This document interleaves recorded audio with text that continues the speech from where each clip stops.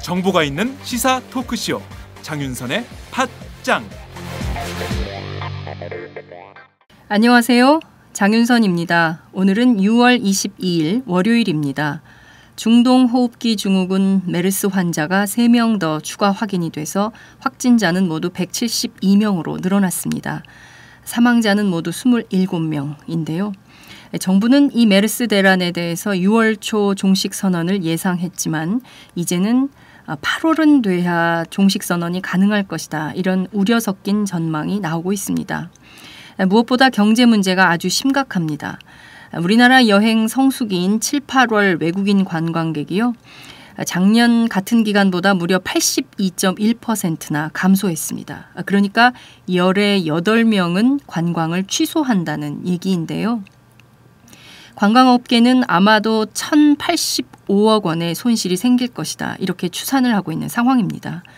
정부가 외국 관광객을 대상으로 해서 메르스 보상보험까지 내놓았지만 과연 실효성이 있을지 의문입니다. 메르스 대란 속에 한일 관계는 느닷없이 급물살을 타고 있습니다.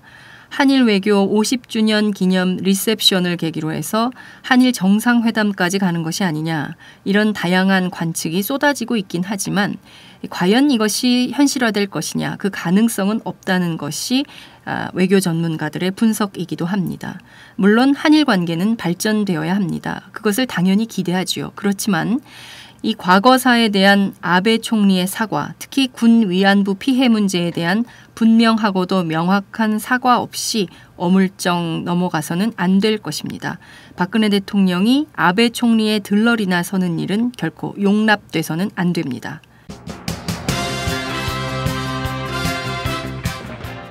오늘 팟짱은 매주 월요일의 고정 코너 종창브라더스의 종착역이 없는 종창토크에서 한일관계 그리고 대기 귀순, UN 북한인권사무소 개소 문제까지 짚어보도록 하겠습니다. 메르스 대란 속에서 차분하고 그리고 또 꼼꼼하게 지역 방위군 역할을 충실히 하는 동네가 있어서 화제가 되고 있습니다. 바로 성남시가 그런데요. 오늘은 이재명 성남시장을 전화로 연결해서 메르스 방역에 임하는 성남시의 자세, 그리고 문화일보 오보 대응, 국가안보를 위협하는 메르스에 대한 정부의 역할 등에 대해서 함께 얘기해 보도록 하겠습니다. 팟짱 시작합니다.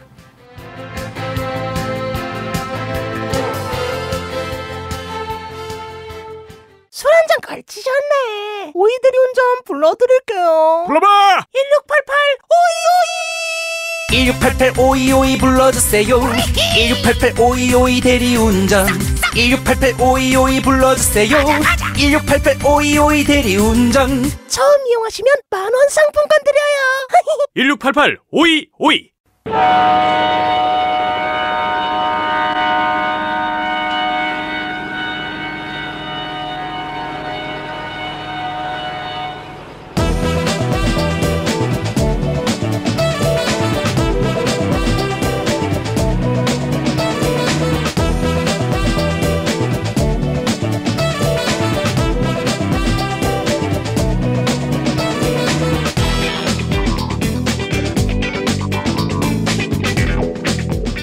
외교 안보에 종착역은 없다.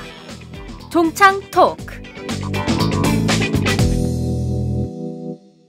매주 월요일에 고정 코너 시작하겠습니다. 종착역이 없는 종창토크. 오늘도 어김없이 코리아연구원 김창수 원장님 나오셨습니다. 어서 오세요. 네, 안녕하세요. 네. 저희 인사말은 여기서 마무리하고 다음 순서로 빨리 넘어갑시다. 네. 자, 디펜스 21 김종대 편집장님 나오셨습니다. 안녕하세요. 자, 이어서 바로 소개할게요. 돌직구 전문 기자 오마이뉴스 곽승희 기자 나오셨습니다. 어서 오세요. 안녕하세요. 네. 안녕하세요. 네. 참 목소리 톤이 바뀌네. 야, 아니 진짜 뺑덕어멈을 대하는 자세와 심청이를 대하는 자세가 이렇게 달라. 지금 뺑드감은 심청이로 화제를 돌리지 말고 빨리 김정대 편집장 가방 좀 열어봐요. 가방이요? 왜요? 아니 뭐 없어. 빨리 갔다 왔다냐? 없어. 오다 다 먹었어. 없어. 그거 뭔 소리야? 뭔 소리야? 지난번에 가기 전까지만 하더라도 찰석같이 약속하더니 아니 없어. 공개적으로 약속했잖아 방송에서. 그러니까요. 내가 그래서 방송에서 약속하려고 지금 거듭거듭 그때 확인했었는데 그러니까. 와인 그리고 약속을 이행하지 않는. 아니 이건 나중에 내가 조용하니 해결할 테니까 네. 그 지금 이렇게 시끄럽게 하면 안 돼. 왜? 지금 메르스가 이제 창궐하고 가뭄이 있는데 말이야. 지금 물 한 방울이 새로운데 와인 얘기를 하고 그래. 사실 내가 그런 생각을 했어요. 지금 진짜 메르스 와인 뭐 이런 상황에서 내가 와인 타령을 해야 되나? 그래도 어떻게 할 것입니까? 지난번에 분명히 우리 장윤선 기자가 이렇게 말했어요. 그럼에도 불구하고 와인은 또 와인이다고. 그럼요. 근데 내가 취재하러 간 거지 놀러 간 것이 아니란 말입니다. 자, 그러면 일하러 간 우리가 거란 그 말이야. 하나 더 확인할 게 있죠. 베르사유 공 앞에서 못 갔어. 못 갔어. 뭐 했어? 그 에어쇼 취재가 너무 많아가지고 안 되는 영어로 취재하는데 남들 시간 2배 걸리지. 아니 안 되는 불어로 취재를 해야지. 프랑스에 가서 웬또 그래서 영어. 안 돼 불어 이랬어. 불어로 묻더라고. 그래서 나 영어 안 돼 불어 이러니까 나는 불어로 했다니까 나는. 근데 뭐뭐 취재하신 거예요? 프랑스에 가서? 아니 이제 세계 각국에 2년 만에 한 번씩 열리는 네. 그 전 세계 모든 항공업체 다 모이는 거 파리 에어쇼 취재한 거예요. 예, 올해 이제 미러 관계가 안 좋은 와중에서도 예, 러시아가 왔더라고요 또. 그래가지고 전 세계 그 항공업계들 다 왔고 한 200조 가량 거래됐어요. 원래 싸네? 그 정도 200조? 싼 거예요. 200조. 거래량이 예년보다 많은 거예요, 적은 거예요? 아니 좀 줄었죠. 줄었어요. 예, 우리는 대한항공 여객기 도입 망했어요. 발표했죠. 60대. 예, 그런 것들 발표하고 그다음에 군용기가 또 오잖아요. 그렇죠. 이거 다 봐야 되고 이제 군용기 세계가 보러 어떻게 가신 거 아니에요, 사실? 아니 내가 이제 전문 분야가 그쪽이니까. 근데 세계 항공업계가 움직이는 걸 보면 여기에 국제 정치학이 다 보인다고. 그래요? 예. 뭘 보셨습니까? 일단은 올해 이제 새로운 기술이 뭐가 나왔는가. 그다음에 이제 국제 무기 거래 추세가 어떻게 되는가. 그다음에 국내 업체는 가서 제대로 하는가. 이런 것들 다 봐야죠. 그러니까 취재가 짧아요. 사실은 취재 목적으로 가거나 또는 출장을 갔을 경우에 번외 행사들 예를 들면 베르사유 궁전을 간다거나 와인을 마신다거나 이런 게 쉽지 않다는 건 내가 잘 알아요. 시간이 안 돼. 호텔하고 행사장만 다녔어. 그래요, 맞아요. 근데 파리 에어쇼에 러시아가 참석했다니까 제가 귀가 번쩍 뜨이네요. 왜냐하면은 파리 에어쇼 관련해 가지고 러시아와 관련해서 유명한 구라가 있거든요. 그러니까 북한에서 이 김정일 위원장이 비행기를 안 타잖아요. 중국을 가거나 러시아를 가다가 항상 기차를 타고 하잖아요. 그래서 제가 과거에 남북 관계가 좋았던 시절에 북한의 아주 고위층하고 만나서 와인을 마시는 그런 적이 있었습니다. 할 거 다 했죠. 근데 와인 마시면서 이제 왜 김정일 위원장이 어디 와인을? 그때 와인은 아니 포도주. 북한에 와인 많아요. 포도주. 북한에 포도주 많아 와인 가게. 그렇죠. 우리 와인 그럼 무슨 최소한 프랑스. 그렇죠. 근데 예를 들어서 이제 북한이 들쭉술 같은 것도. 들쭉술? 예, 미테랑의 부인이 들쭉술이 프랑스 와인보다 더 맛있다. 이렇게 말하기도 했습니다. 근데 자꾸 세지 말고요. 네. 와인으로 세지 말고 러시아로 집중. 왜 기차를 탔냐 이거지. 그렇죠. 왜 기차를 탔냐. 바로 그것이 핵심인데 역시 기자다워. 근데 그 파리 에어쇼 때문에 그렇다고 북한의 고유 관계자들 말해준 적이 있었어요. 그러니까 에어쇼하고 뭔 관계가 있어? 글쎄 말이에요. 그러니까. 근데 과거에 냉전 시절에 소련이 파리 에어쇼에 참석했답니다. 소련의 전투기가. 그런데 소련의 전투기가 파리 에어쇼에 참석했다가 소련으로 되돌아가는 도중에 서방 측에서 그 활주로에다가 자석식 고성능 폭탄을 설치해놨다는 거예요. 그 활주로에서 돌아가려고 이륙할 때 그 자석식 고성능 폭탄이 소련의 비행기에 붙어버린 거죠. 그래가지고 소련 영공으로 들어갔을 때 그게 터져버렸답니다. 그래서 항공기 안전사고가 나는 것에 대비해가지고 김정일은 절대 항공기를 안 탄다는 거예요. 라고 북한 사람들이 말했어요. 그래서 제가 이제 그 뒤에 계속 뒤져봤죠. 파리 에어쇼에서 그런 사건이 있었나. 근데 저는 못 찾았습니다. 글쎄 그거 나도 처음 듣는 얘기인데. 그러니까 뻥인 거죠. 그러니까 제가 생각할 때는 그런 사건은 일단은 없는 것 같아요. 없는데 북한에서 사람들이 지어냈겠죠. 항공기를 안 타는 이유는 네. 그런 안전 이유 때문인데 그냥 안전이라 그러면 안 되니까 그런 사고가 실제로 있었다 이렇게 뭐 지어낸 이야기 아닐까 싶은데 아니 근데 그런 얘기가 통해요. 이거는 아니 저한테 팩트인데요. 그렇게 설명을 했다니까. 아니 우선 팩트가 아닙니다 이 얘기는. 그러니까 그렇지. 말했다는 건 팩트인데 네. 그런 사건은 있을 수가 없고 네. 자석 시기를 폭탄이라는 건 나 처음 듣는 얘기인데. 그러니까 상상력, 거의 엄청난 그런 거 상상력이잖아요. 아니요 무슨 뭐 이쑤시개로 뭘 만드시고 그런 류 아니야? 근데 하여튼 제가 이제 그 그랬었잖아요. 말은 뭐냐면은 파리 에어쇼를 그냥 이야기에 끄집어낸 건데 뭔가 좀 그럴싸해 보이려고 파리 에어쇼에서 그런 항공기 사고가 났다 이런 것을 끄집어낸 건데 근데 이제 실제는 그 끄집어낸 이야기가 있는 게 아니라 그만큼 항공기 안전에 대해서 염려를 했다 이 말이겠죠. 네, 맞습니다. 그러니까 그런 어떤 안전의 문제도 있겠습니다만 사실 북한은 출품할 비행기도 없어요. 에어쇼 자체 생산한 비행기도 없다고. 그런데 이제 그 미러 관계가 상당히 심각합니다. 지금 그 제가 가 있는 동안에 그 외신에 나온 건 뭐냐면은 폴란드와 루마니아에 미군 병력 3,000명을 증파하겠다. 그다음에 영국의 중거리 핵미사일을 미국이 재배치하겠다. 아주 어마무시한 기사들이 뻥뻥 터져 나왔어요. 그리고 푸틴은 핵미사일 60기를 전진 배치하겠다. 그렇죠. 네, 이렇게 되면은 냉전 시대에 맺었던 중거리 핵무기 그 제한 협정, 즉 INF 조약이라는 게 완전히 무용지물이 됩니다. 이건 냉전 때도 유지됐던 조약입니다. 그러니까 냉전보다 더한 열전으로 갈 수도 있는 거예요.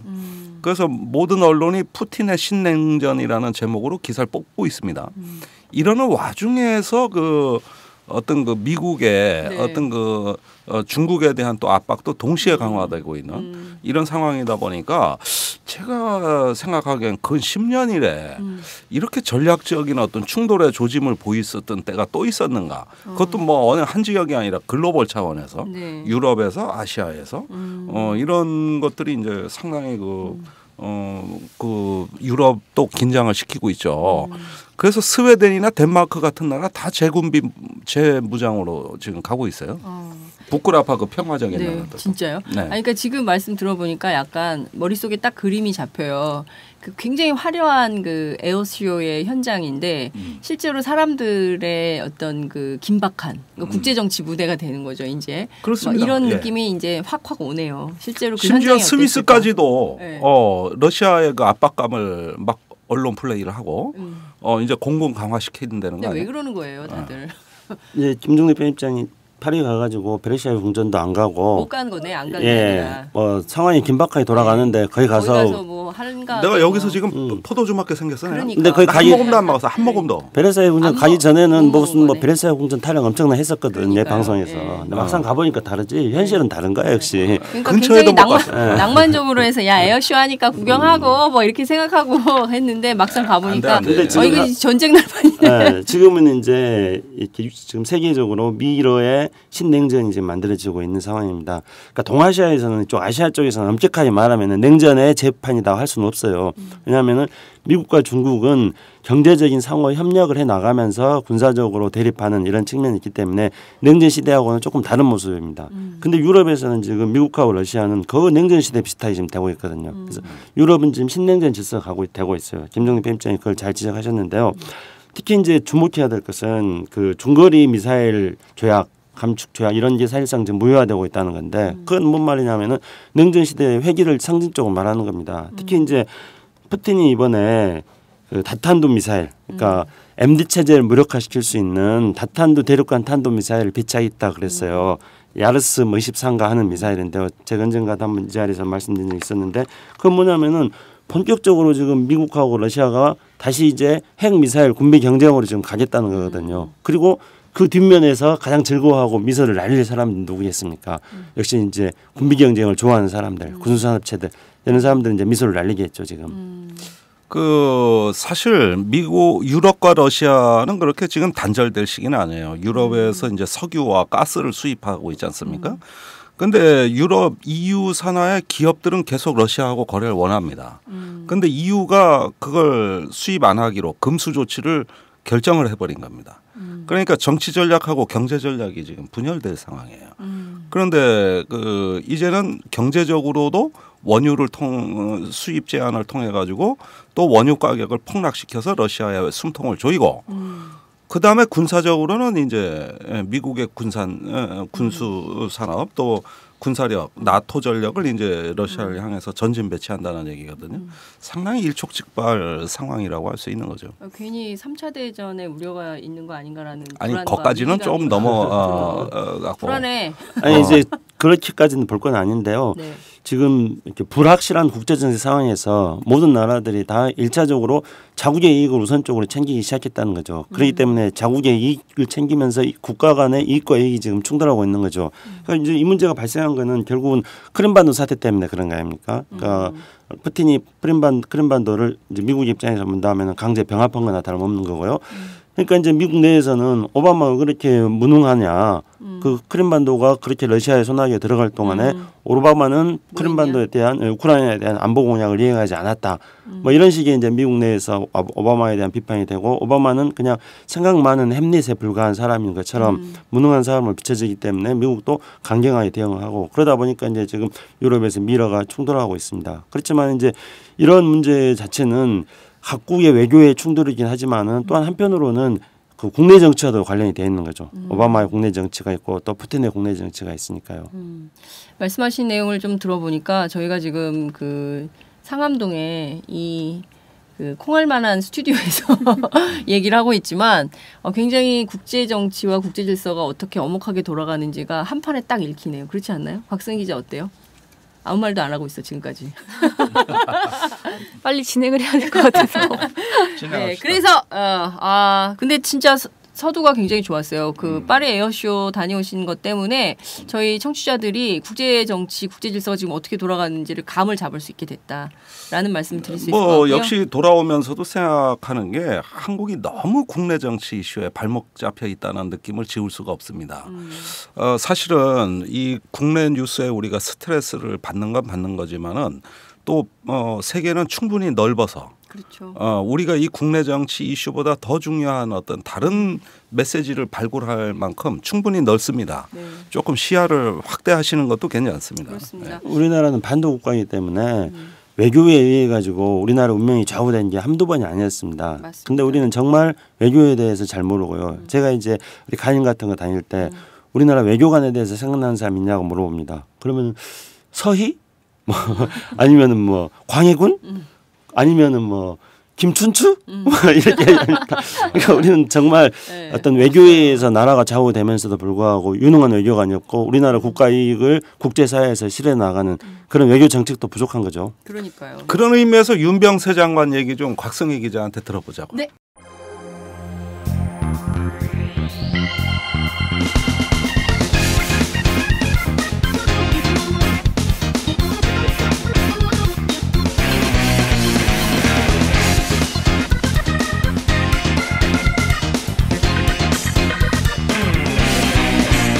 종창에게 묻는다. 곽승희의 돌직구.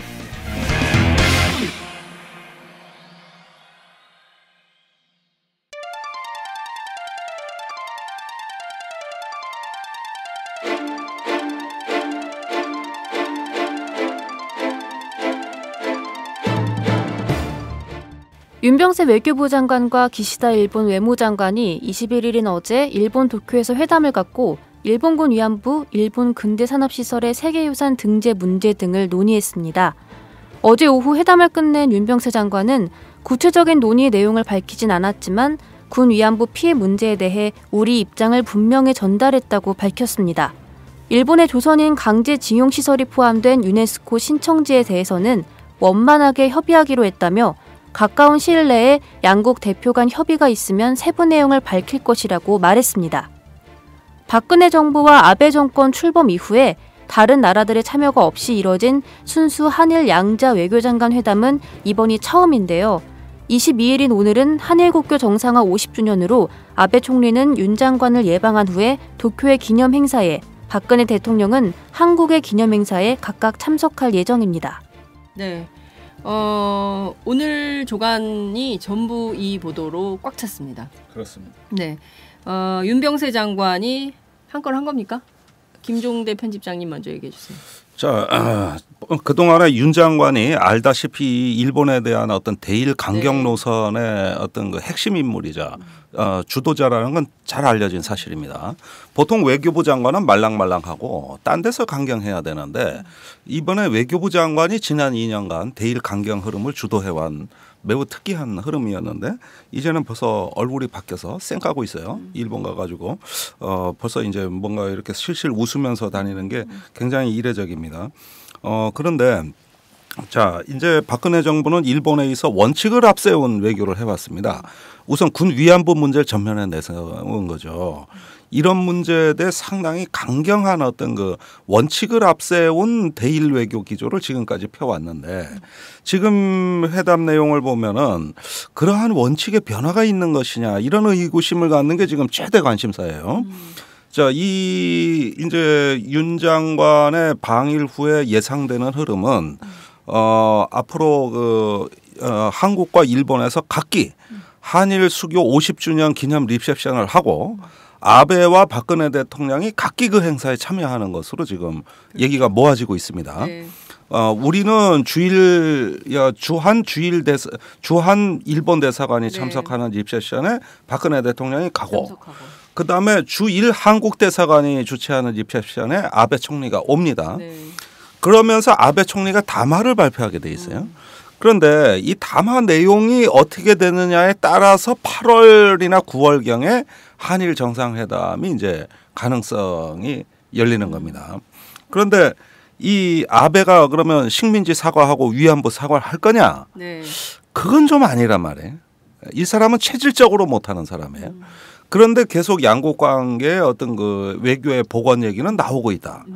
그렇다면 앞으로 8월, 9월까지 이 흐름이 어떻게 가는 거냐. 물론 가까워집니다만 저는 정상회담까지 가는 건 좀 회의적으로 봅니다. 네, 김창수 원장님은 어떻게 보십니까?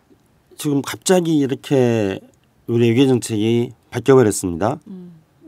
뭐 바뀔 수는 있다고 생각하는데 그게 좀 국민들이 볼 때 납득할 수 있어야 되잖아요. 근데 이제 김종대 편집장 말씀하신 것처럼 윤병수 외교장관이 앞장서 가지고 대일 강경론을 주창했습니다.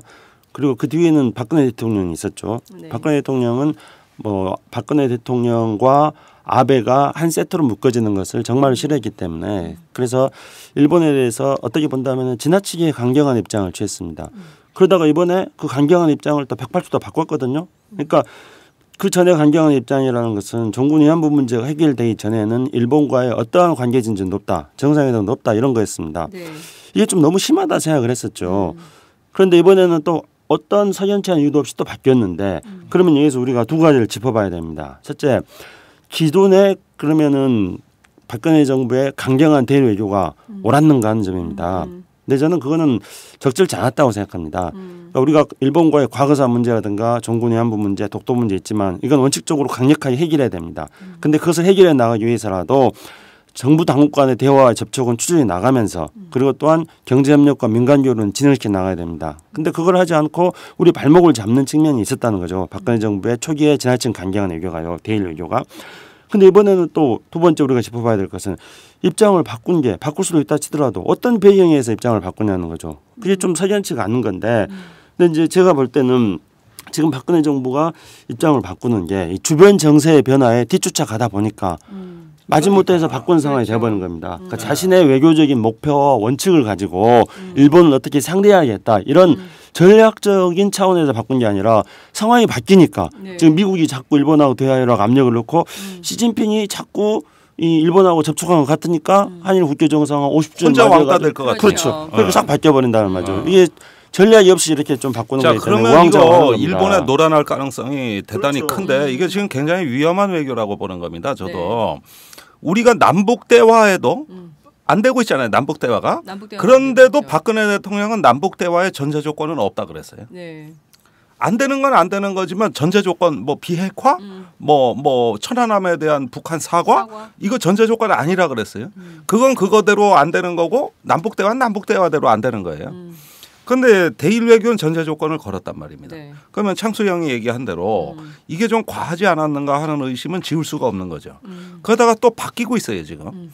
그러면은 어떻게 되느냐 하면은 일본이 한국을 주도해 버리는 겁니다. 우리가 주도 당해 버릴 수가 있는 것이죠. 결국은 저기 불안하니까 기어 나오는구나.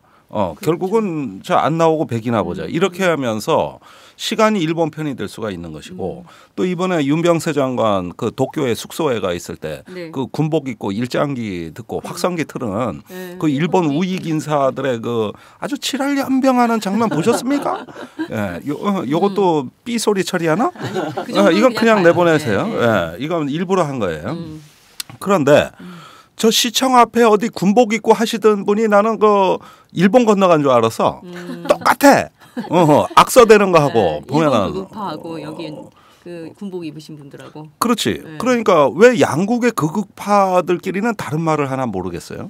내가 보기엔 그 사람들이나 이 사람들이나 뭐 지향하는 가치나 아니면 데모하는 모양이 비슷비슷하신데. 자, 그런데 그 사람들 구호가 뭔지 아십니까? 위안부는 배척해라. 무슨 뜻이냐? 따지지 말라 이거예요. 한국이 무슨 삼류국가가 일본한테 이런 거 갖고 감 나와라 배 나와라 하냐 이겁니다. 지금 얘기가. 그러면서 하루 종일 도쿄 시내 확산기 틀고 다니면서 윤 장관 따라다녀 이 사람들이.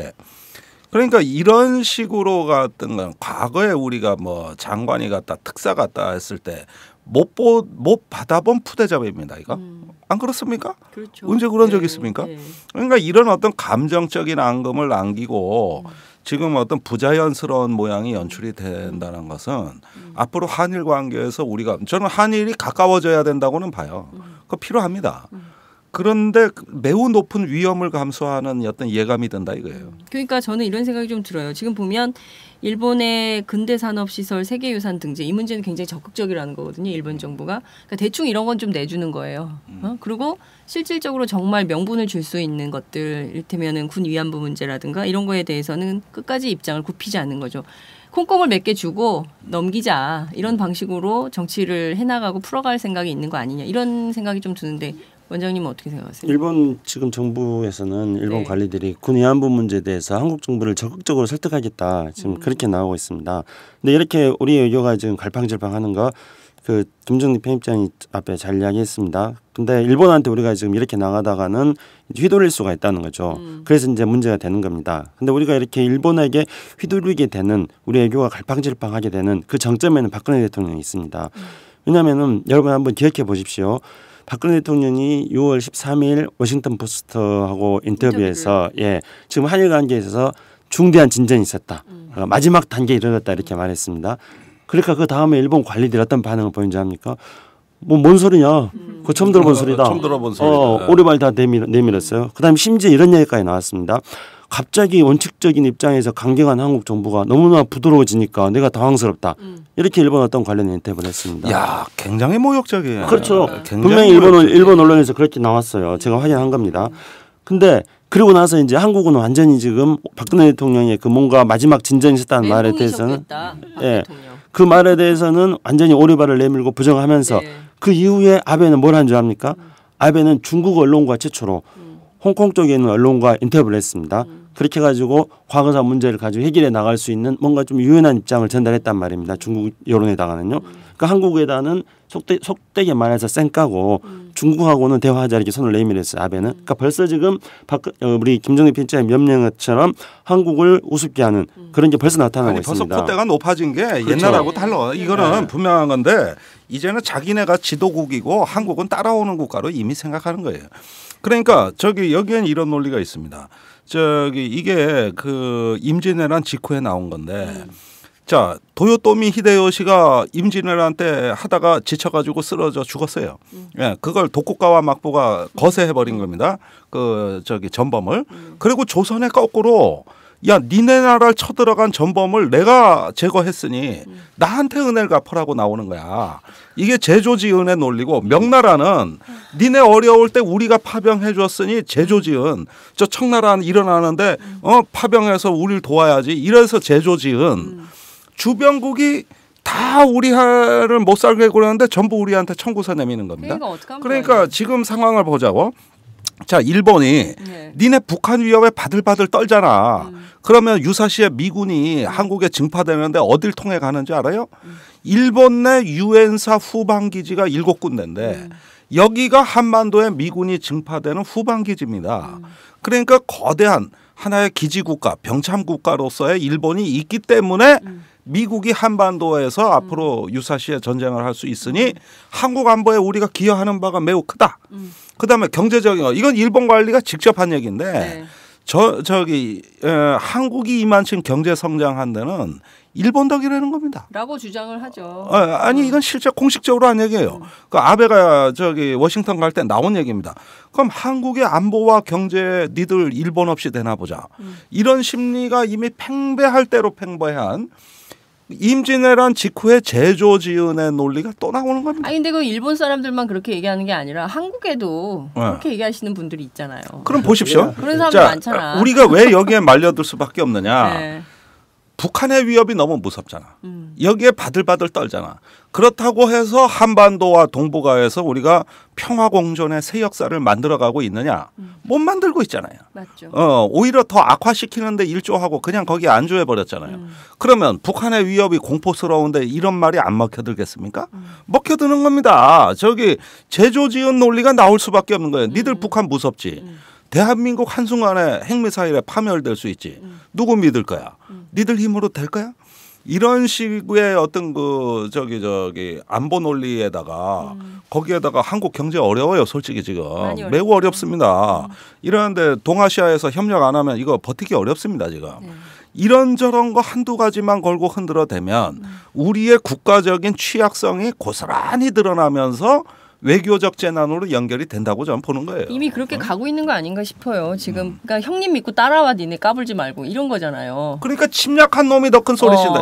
그러니까. 아니 심지어는 그래가지고 나중에 누르하치가 인조 때 쳐들어오니까 그때 일본이 임진왜란 때 이 쳐들어온 놈들이 사신을 보내가지고 야 니들 싸우기 힘든데 우리가 좀 도와줄까 이 지랄하는 거야. 그러니까 지금 일본한테 우리가 지난 36년간 침략을 진짜. 받고 있는데 지금 북한이 무섭다 그러니까 자위대가 집단 자위권 행사한다 그러면서 한반도 주변 사태도 우리가 좀 도와줄까 이러고 나오는 거야. 똑같은 거야 이게. 그래, 똑같은 거야. 근데 이런 와중에서 이제 박근혜 대통령이 왜 그때 한일 관계에서 중요한 진전이 있었고 마지막 단계에 이르고 있다 이런 말을 했는지 그 미스터리네. 근데 이제 제가 왜 공개도 안 하고 그래 다. 그 말도 지금 공개 안 하고 있죠. 그 정확하게 한국어로 어떻게 인터뷰를 했는지 한국어 워딩은 지금 공개를 하고 있지 않습니다. 근데 6월 2일자 워싱턴 포스트에 이미 그 이야기가 쭉 나와 있어요. 그러니까 현재 상황은 6월 2일자 워싱턴 포스트에 나와 있는 그 기사대로 지금 진행되고 있습니다. 그래서 8월까지 6월 2일자 워싱턴 포스트에 이야기한 그 내용대로 진행될 겁니다. 워싱턴 포스트에서 6월 2일자에서 어떻게 말했냐면요. 지금 한일 관계에 있어서는 마쿠에서 중요한 교섭이 진행되고 있다. 그리고 마쿠 교섭이 진행되는 거는 6월 22일을 계기로 해가지고, 그러니까 6월 22일이 한일 국교 정상화 50주년입니다. 6월 22일을 계기로 해가지고 한일 관계에서 어떤 진전이 있을 것이다. 그리고 윤병세 장관이 일본을 방문할 수도 있다. 뭐 그런 얘기 나옵니다. 그리고 이제 8.15도까지 가는 중에 지금 현재 아베가 종군 위안부 문제에 대해서 수위 조절하는 발언을 할 것이다. 그렇게 워싱턴 포스트에서 이야기를 했어요.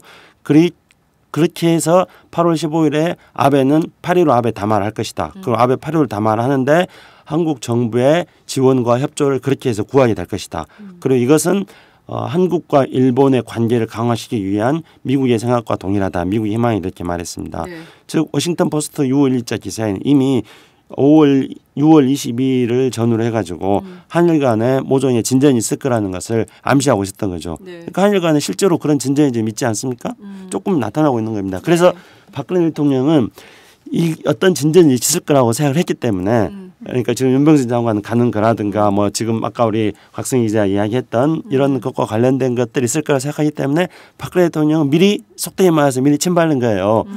내가 이거 다 하는 거다. 내가 주도해서 하는 거다. 이렇게 외교적으로 볼 때는 굉장히 결례인 거죠. 그러니까 비공식적 비밀리에 지금 막국의 진행되고 사업이 있는 그렇죠. 진행 중인데 그 얘기를 왜 해? 이렇게 왜냐하면 되는 거죠. 그렇죠. 그거를 내가 이렇게 했다. 이건 내 성과다 이렇게 하고 싶어가지고 이렇게 살짝 언론에 흘린 겁니다. 미국 그래서 언론에. 일본 관료들이 열받아가지고 그렇게 얘기한 거 아니에요? 그렇죠. 그래서 일본 관료들이 열받은 거예요. 완전 오리발 내밀면서 뭐 그런 일이 있냐 이렇게 오리발을 내미는 겁니다. 왜냐하면은 교섭중인데 그 얘기를 왜 해? 대통령이 그렇죠. 이렇게 되는 거잖아요. 그렇죠. 그러니까 여기서 또 문제는 뭐냐면 대통령이 교섭 중인 사안들을 외국 언론과 인터뷰에서 말을 함으로써 일본의 언론이라든가 일본의 관료들한테는 우리 대통령이 외교적인 결례를 했다는 식으로 우리 대통령이 무시를 당한 원인을 제공해 줬다는 점 그게 하나가 있고요. 네. 두 번째로는 지금 현재 진행되고 있는 이 상황이 이미 외국 언론이 예측하는 대로 지금 다 진행되고 있다는 거죠. 네. 그건 뭘 의미하냐면은 우리의 전략과 우리의 중심위에서 진행되고 있지 않다는 것을 반증하는 것입니다. 말씀하신 내용을 들어보니까 박근혜 대통령은 외교적 결례를 했다 이렇게 보여지고요. 그러니까 그거에 대해서 일본 정부가 또 그렇게 한국 대통령에 대해서 모욕적 언사를 하는 것도 이해는 되는데 실제 근데 외교 전쟁에서는 충분히 있을 수 있는 일 아닙니까? 이를테면 뭐 우리 대통령이 미국 언론과 인터뷰를 통해서 우리가 뭐 이 정도는 우리가 주도하고 있다 정도의 이걸 얘기를 할 수는 있는 거 아니에요? 그런 정도로 막 이렇게 근데 스케일적으로. 그 얘기를 네. 단수가 높게 해야지. 너무 단수가 낮게 속보이게 했어? 하면은 네. 이거는 뭐 외국은 그냥 국민들 눈에 다 비치잖아요. 지금 뭐 가뭄에 역병이 들어가지고 이 난리 난 나라에서 지지율 20%까지 떨어지고 뭐가 그렇게 대통령이 급하셔가지고 그런 거 언론에 그 저기 뭐 저기 경망스럽게 얘기해가지고 자기 체면을 스스로 깎냐 이겁니다. 내 얘기는 외교란 건 그런 거 아니에요. 외교란 거는 정략입니다. 정략. 정략. 네, 그렇죠. 전략이 아니라 정략이라고 이거는. 그러니까 뭐든 이쁘게 포장하는 것이거든요. 근데 이런 식으로 해놓고 지금 윤병세 장관이 이제 일본에 가가지고 휘젓고 돌아다니지 않습니까? 그러면은 일본이 어떻게 보면은 넉넉히 품어주는 아량을 베푸는 국가처럼 돼버린 겁니다. 문제가. 이게 문제 이래 된 거예요. 그러니까 내가 제조지은 논리가 무섭다는 거예요. 이거 과거부터 내려오는 건데 사실은 이제 우리가 일본의 어떤 도움을 절실히 필요로 하는 나라가 돼버린다니까 이러다가 큰일 났네 이거. 응? 지금 상황은 이제 2차 대전 70주년 외교라고 할 수가 있습니다. 네. 그러니까 2차 대전 종전 70주년을 기해 가지고 모든 국가들이 자기의 국가 이익을 극대화시키기 위한 외교의 장기판이 벌어지고 있습니다. 근데 우리는 이 외교 2차 대전 70주년 외교 장기판에서 우리는 지금 조례 신세가 되고 있어요. 왜 그러냐면은 아까 말씀드렸듯이 모든 국가들이 자기 전략을 세우고 있습니다. 근데 여기서 이제 우리가 주목해서 봐야 될 것은 아베가 네. 8.15에 아베 담화를 하려고 하는 거 아닙니까? 근데 8.15 때 아베 담화를 하는 거는 이제 2차 대전 일본으로 본다면 패전 70주년을 맞이해서 이제 패전의 아픈 상처를 딛고 일본은 보통 국가로 가겠다. 정상 국가로 되겠다. 과거에 대해서 사죄하지 않으면서 그것을 선언하는 겁니다. 근데 그걸 선언할 때 가장 큰 걸림돌이 뭐가 됩니까? 한일 관계가 되지 않겠습니까? 네. 우리가 일본으로부터 식민 지배를 받았기 그렇습니다. 때문에요. 그런데 한국으로부터 그것을 인정받고 그리고 나서 2차 대전 70주년을 맞이해서 아베 선언을 하겠다는 거예요. 그러니까 우리는 지금 아베가 정상 국가로서 자신들이 과거에 대해서 사죄를 하지 않고 정상 국가로 발돋움하는 것에 대해서 우리는 지금 들러리가 되어주겠다는 그 순서로 지금 가고 있는 겁니다. 이번에 한일회담 50주년 행사에 한일 간에 이렇게 진전이 되고 있는 상황은 아베의 2차 대전 70주년 외교에 대해서 우리는 들러리가 되는 그런 역할을 하는 겁니다. 박근혜 대통령이 지금 아베 총리 들러리를 자처한 꼴이 된 거네요. 지금 그런 모양으로 지금 가고 있습니다. 그렇기 때문에 우리가 이 부분에 대해서 2차 대전 70주년 외교에 대해서 우리가 계속 강조를 해오지 않았습니까? 네. 근데 우리는 그거에 대해서 이 주변 정세의 변화에 대해서 전혀 인지를 못하고 있는 상황입니다. 그러면서 그냥 상황에 쫓겨가고 있는 거죠. 그렇죠. 진짜. 그러니까 결과적으로 한반도 평화 그리고 남북 관계의 평화적 안정 그리고 동부 더 나아가서는 동북아 평화 체제 구축을 위해서 우리 정부가 좀 주도적으로 역할을 해야 되는 것이지 계속 이렇게 일본에 그러니까 끌려다니거나 뭔 역사를 만들면서 일본을 그렇죠. 끌어당겨야지. 끌어당겨야지. 역사를 다른 사람이 만드는데 주도 당하면 안 된다 이게. 무엇보다 우리의 역사인데 그렇죠? 우리 정부가 우리의 역사를 주도적으로 해나갈 필요가 있다라는 정도로 해서 정리를 할까요? 네. 네.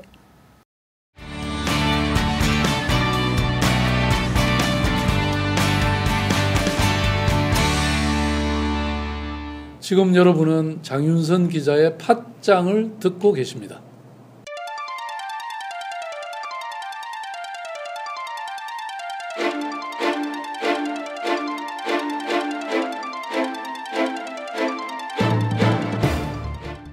자, 이어서 두 번째 뉴스 살펴보겠습니다.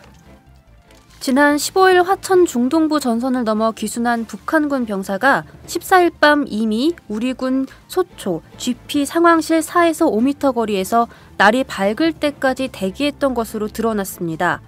군 당국에 따르면 다음 날 아침 우리 군 소초 경계병이 귀순 병사를 발견했고 이후 7시 55분께 북한군의 귀순 의사를 확인했으며 8시경 소초 소대장이 GP 내부로 유도했다고 합니다. 야간 감시가 소홀한 것 아니냐는 지적에 군은 14일 야간은 짙은 안개가 껴서 시야가 제한됐다고 해명했습니다. 야, 우리가 노크 귀순이 있었잖아요. 이번에는 대기 귀순이야. 뭐 숙박 귀순이기도 숙박 하죠. 귀순. 예. 1박 2일. 1박 우리 다 같이 해볼까? 1박 2일. 뭐야? 뭐 여인숙 주인 같아. 여인숙 주인 같아?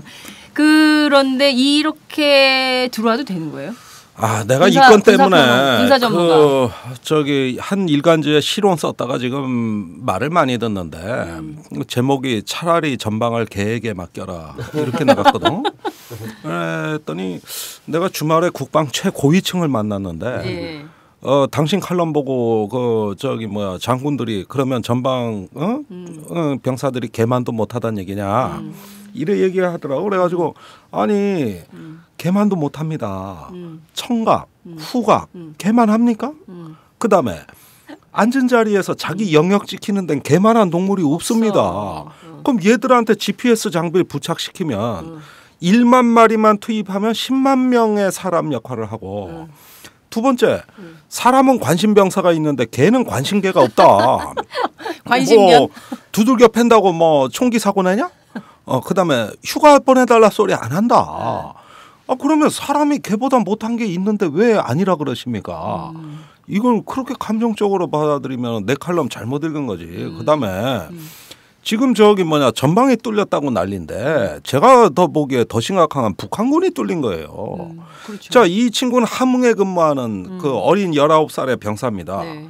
계속 검문을 다 피해서 뚫고 내려와가지고 마지막에 북한군 전기 철책이 있다고 이것도 뚫고 내려왔고 그다음에 북한군 경비 지역을 다 뚫고 내려왔는데 이게 만일에 낮에 발격이 되면 이거 총격하게 돼 있습니다. 그러면 남북한 간에 총격이 벌어질 수 있는 일이에요.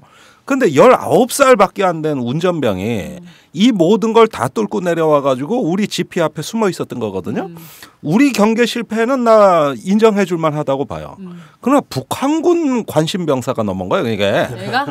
북한군 관심 병사가 병사. 과장하거나 그런 건 없을까요? 그건 합동 신문이 지금 진행 중이니까 알 수 없지만 1차로 그 얘기한 건 상급자가 때려서 염증을 느껴 넘어왔다. 이건 정형적인 관심 병사 아닙니까? 그러니까 앞으로 우리 군의 관심 병사도 있지만 북한군 관심 병사가 큰 부담이야 지금. 그런데 그 화천 지역은 지형이 험하다고요. 거기에다 지금 녹음이 우거지는 시기 아니에요? 그렇죠. 거기다 안개까지 꼈다. 그럼 그 코앞에 있는 걸 어떻게 알아? 그 앞에 낭떠러지기래. 그러니까 안 보인다고.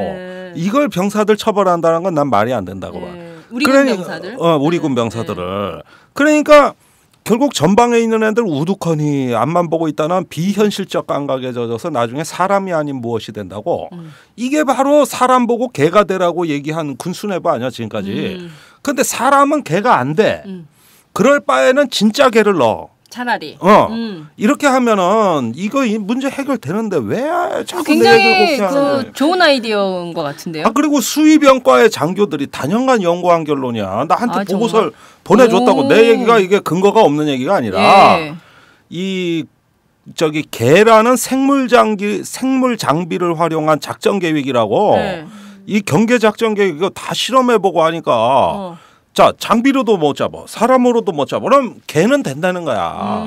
그 GPS 장비를 그럼 차라리 개를 넣어. 그게 나을 것 같은데. 만 마리면 돼. 근데 그때 그 고위 군 당국 관계자 뭐래요? 그런 주장에 대해서. 병사들이 개만도 못하냐 그래서 개만도 못하다. 승질 낼 일이 아닌 것 같은데. 아니라니까. 근데 지금 개 이야기를 하는데요. 우리 사회에서 개는 두 가지 의미가 있어요. 하나는 우리 김종민 편집장은 개에 대해서 그 개의 생물학적 우수성, 영민함, 이런 것들을 강조한 거고. 근데 이제 사회 문화적으로는 개는 굉장히 어떤 것들에 대해서 비하할 때 개를 붙이거든요. 그렇죠. 천한 것들을. 그렇지. 그러니까 또 뭐 사람 이름에다가 앞에다가 개자를 하나 붙이면은 그 사람의 생물학적 재능이 우수하다 그런 게 아니라 굉장히 그 사람을 비하하는 그런 게 되는 거죠. 개 누구 이렇게 하면은. 세대가. 요즘에는 강조의 의미로도 그래요? 개 좋아 이러면 정말 너무 좋은 거. 개가 좋아. 그땐 지시대명사 아니에요. 그가 좋아 그런 말 개 아니고. 좋아, 개 예뻐. 그래요? 네. 그런 그런 것도 있습니다. 이게 세대 간 대화가 필요해. 집에서 애들하고 얘기 안 하죠. 아니 우리 애는 그런 말 안 해요? 너무 모범생 아니야? 너무 애를 모범적으로 키우는 거 아니야? 어쨌든 우리가 그런 사회 문화적인 어떤 개의 다양한 의미에 대해서 우리가 이렇게 우리가 그러니까 푸들, 푸아종 뭐 이런 이렇게 생기신 분들이 지금 얘기를 모여서 하는데 저기 개가 왜 나빠? 그게 왜 나빠? 아니 근데 지금 개에 대해서 지금 여러 가지 사회적 의미와 지금 그 젊은 세대가 쓰는 용어와 막 이런 게 섞였는데 우리가 개가 중요한 것은 아니고 개는 중요한 개 좋아. 포인트는 개는 개 좋아? 하여튼 중요한 포인트는 이 19살짜리 청년 병사가 온 거예요. 그죠? 그러니까 여기서 중요한 포인트는 뭐냐면은 일단은 우리 전방이 뚫린 거니까 그러니까 메르스로 우리 방역 체계가 뚫렸잖아요. 네. 그다음에 이제 또 우리 전방 초소도 지금 북한군 19살 소년에 의해서 또 뚫린 겁니다.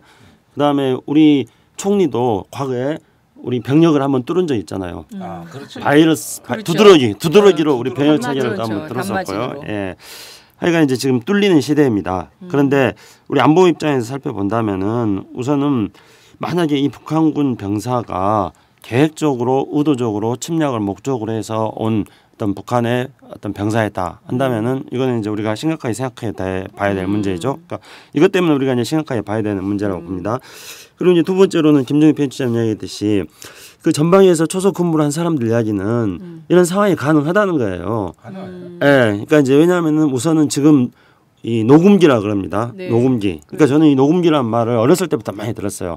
초등학교 다닐 때 교감 선생님이 조회 시간에 항상 훈화를 할 때 녹음기에 그러니까 이 나무가 이 녹음이 우거졌다. 아니라 그 나무의 녹음. 음성을 기록하는 그 어떤 기계로서의 녹음기가 아니라 네. 숲이 파래지는 그 시기 녹음기에 불순 세력들이 쳐들어올 줄 모르니까 대비해야 됩니다. 어렸을 때부터 늘 그런 이야기를 듣고 자랐기 때문에 저는 안보 유신소년들. 네, 유신소년들이에요. 근데 지금 이제 전방 초소가 완전히 녹음기예요. 그러니까 파랗게 다 이제 돼 있고 더군다나 새벽이면은 안개가 가득 끼어서 10m 앞도 내다보기 어렵다 그럽니다. 그런 상황에서 이 병사가 근접하는 것에 대해서 육안으로 적어도 김정일 편집장 얘기대로 개가 아닌 이상 사람인 이상 육안으로 이거를 관찰하기 굉장히 어렵습니다. 아니 근데 운전병이니까 이렇게 좀 뭔가 좀 다르지 않을까? 아니 어쨌든지 간에 그래도? 북한 병사가 지금 똑같아요. 비무장지대에 와 있어서 우리 비무장지대 군사 분계선을 넘어와서 우리 남측 지역에서 하룻밤을 잡고 3m 인근까지 접근해 왔지만은 녹음기고 그다음에 안개가 무성하고 그래가지고 우리가 식별 구분을 못했다는 거예요. 그럴 수 있다는 겁니다. 그 부대에 근무했던 사람들 이야기는. 그렇죠. 당연하죠. 그래 거기에다가 또 결정적으로 전방에 배치되어 있는 우리가 이제 예전에 무슨 서해에서 무슨 사고 났을 때도 보면은 열 감식 장비 같은 거 있지 않습니까? 뭐 TOD 같은 거 그런 거라든가 전방을 주시하는 관찰 장비 이런 것 같은 경우도 안개 시에는 무용지물이 된다 그럽니다. 그럼 평상시에도 뭐 작전 중에도 무용지물인 경우도 많이 있었는데 그렇기 때문에 사실상 이 문제를 가지고 병사들을 탓하기는 어려운 측면이 분명히 있는 겁니다. 그래서 우리가 두 가지로 접근해야 되는데요. 첫째는 상황이 어쨌든지 간에 일단은 북한군 19살 병사에 의해서 전방이 뚫린 것에 대해서 우리가 심각하게 봐야 된다.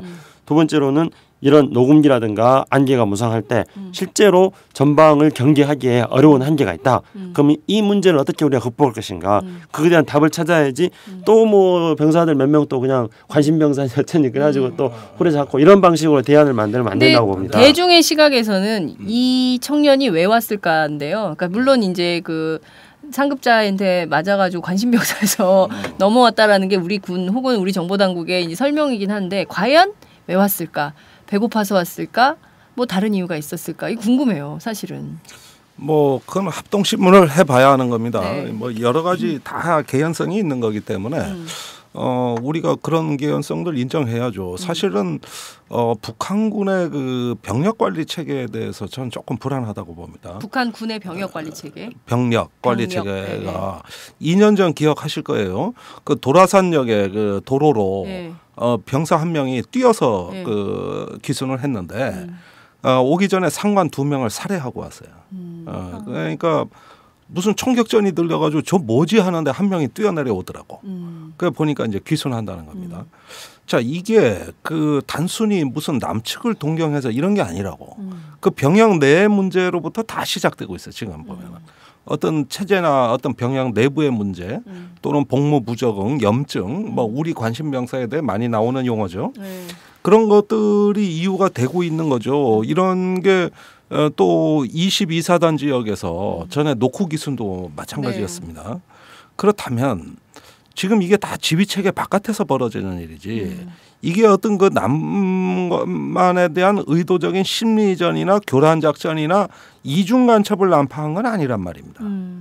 그러니까 그런 의도성은 우리가 일단은 넘어 나가는 거죠. 예, 그렇게 구태여 생각할 필요가 없는 거죠. 이거는 우리 군도 관심병사 8만 6천 명이에요. 북한군 더 많아요. 예. 안 그러겠어요? 그렇죠. 그래서 문제는 뭐 동기가 뭐냐 이런 거는 뭐 조사를 해봐야 된다고 생각하고요. 오히려 이제 저는 동기보다는 어떤 경로를 통해서 이게 오게 됐느냐 이런 부분에 대해서 더 관심이 많이 있습니다. 그러니까 북한에서 이제 이 병사가 19살 먼 소년이 운전병이었다고 합니다. 근데 운전병인데 뭐 차를 타고 또는 뭐 걷기도 하고 그렇게 해가지고 200km를 넘어왔다는 거잖아요.